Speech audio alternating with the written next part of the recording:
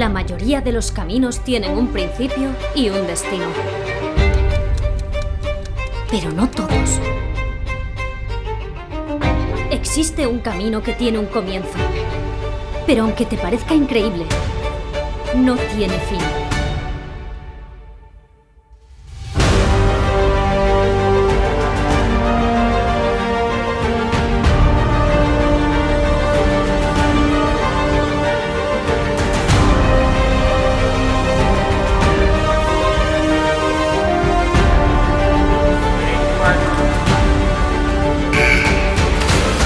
Ante todo, recuerda que tú eres el verdadero protagonista y que puedes crear tu propio camino.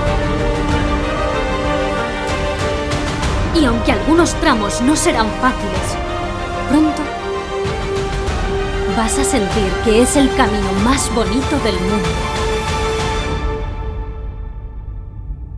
Ah, por cierto, si estás viendo este vídeo, es que tu camino ya empezó.